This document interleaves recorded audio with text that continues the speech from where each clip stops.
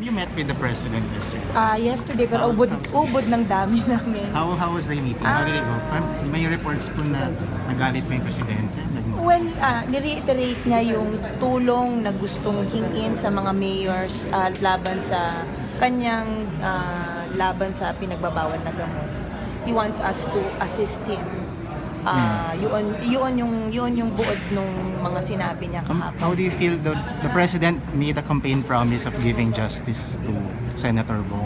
Well, nabanggit po ba yun, and how do you feel about it? Binanggit niya sa amin yon a few years ago during his visit sa amin nung nangangampanya siya.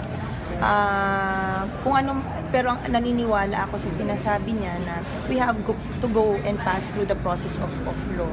So yan ang ginagawa natin ngayon. Anong pakiramdam niyo na defer na naman po yung trial ng asawa niyo?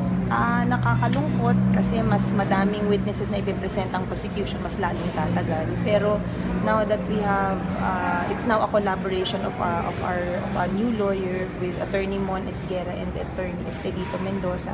Sa tingin ko naman mas mapapabilis yung kasong ito at true justice will be implemented for the case of Senator Bong. Speaking of Attorney Mendoza, ma'am, what made you choose him? Kasi he was an earlier client po niya si Senator Enrile, and he had favorable rulings before. Actually, marami nang nag-advise sa amin na kunin namin siya noon. At first, he was giving advices, pero nung kinahinatnan, kinuha na namin din po siyang counsel para makatulong po Paano sa po amin. siya nakakatulong so far po? Kilala naman po natin yung kalibre, so I'm sure he could help us.